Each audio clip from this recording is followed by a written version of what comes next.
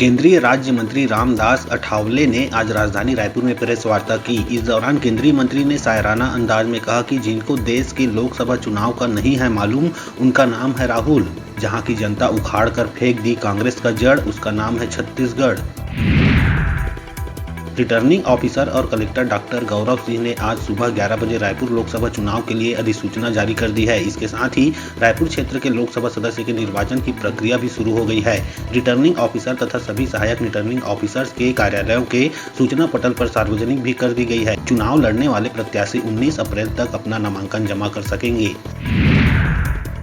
आर्थिक अपराध अन्वेषण एवं एंटी करप्शन ब्यूरो रायपुर की टीम ने गुरुवार को लक्ष्मी नारायण बेजल उर्फ पप्पू बंसल के दीनदयालपुरम न्यू खुर्सीपार दुर्ग स्थित निवास को सील कर घर पर नोटिस चस्पा किया है। नोटिस में कहा है कि विशेष न्यायालय रायपुर की ओर से जारी सर्च वारंट की तामील के लिए टीम पहुंची थी और घर बंद पाए जाने पर उसे सील कर दिया गया। बगैर अनुमति मकान की सील न खोली जाए।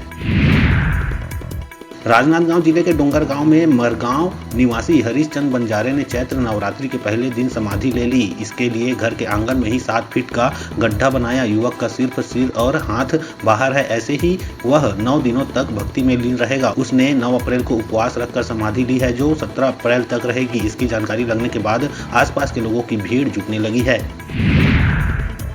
मोहला मानपुर जिले में पुलिस ने सीता गांव से एक नक्सली सहयोगी को गिरफ्तार किया है, जो नक्सलियों के लिए सामान और पैसों का कोरियर करता था। पुलिस के मुताबिक वो बीते महीने नक्सलियों का पैसा छोड़ने रायपुर गया था। उसके पास से नक्सल पर्चे, बाइक और मोबाइल जब्त किया गया है। ग्राम मूचर निवासी नक्सल सहयोगी का नाम असवंत आंधिया बताया जा रहा है।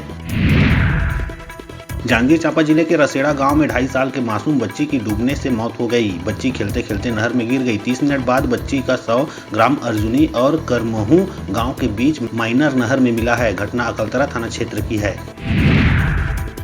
कोरबा के कटघोरा थाना क्षेत्र के जेंजरा बाईपास मार्ग में एक चलती कार में आग लग गई, जिसके बाद ड्राइवर और कार सवार ने कार से कूदकर जान बचाई। आगजनी की इस घटना की सूचना मिलते ही लोगों की भीड़ इकट्ठा हो गई, जिसके बाद बेकाबू हो रही आग को दमकल टीमों के द्वारा काबू किया गया।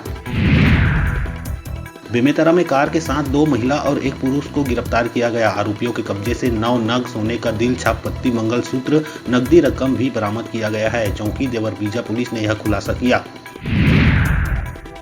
जगदलपुर में वन मंत्री केदार कश्यप ने कांग्रेसियों के संबंध आतंकवादियों और पाकिस्तानियों के साथ होने का आरोप लगाकर एक बार फिर राजनीतिक गलियारों में हड़कंप मचा दिया है। लोकसभा चुनाव जैसे जैसे करीब आते जा रहे हैं, वैसे वैसे नेताओं के विवादित बयान बढ़ते जा रहे हैं।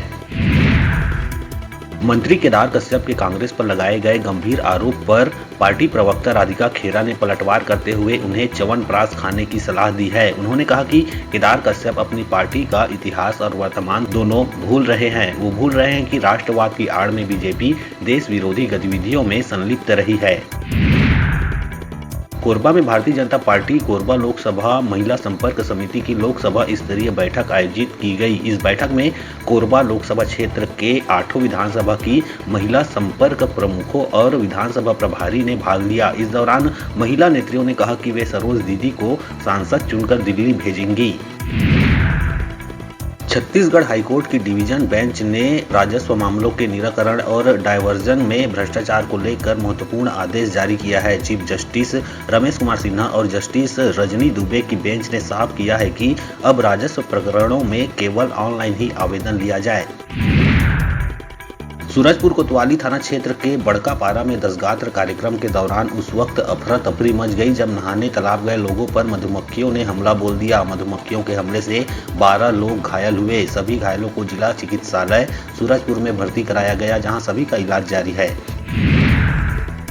कबीरधाम जिले के पंडरिया नगर के दुर्जा बांध तालाब और बांधा तालाब में गुरुवार को बड़ी संख्या में मछली मरकर पानी के ऊपर आ गई थी। यह देखकर स्थानीय लोग तालाब के पानी का इस्तेमाल करने से डर रहे हैं। वार्ड के लोगों की शिकायत पर पंडरिया नगर पालिका के सीएमओ कोमल ठाकुर मौके पर पहुंचे और तालाब में आने वाले गंदे पानी को रोकने का प्लान तैयार कर रहे हैं। दुर्ग जिले के कुम्हारी फ्लाईओवर के भिलाई से रायपुर जाने वाली लेन पर आज शुक्रवार से लोड टेस्ट किया जाएगा। इस दौरान फ्लाईओवर के दूसरे तरफ के लेन को भी बंद किया जा रहा है। 12 से 17 अप्रैल तक 6 दिनों के लिए इसे बंद किया जा रहा है। पुलिस ने हल्के वाहन चालकों से वैकल्पिक मार्गों का प्रयोग करने की अपील की है।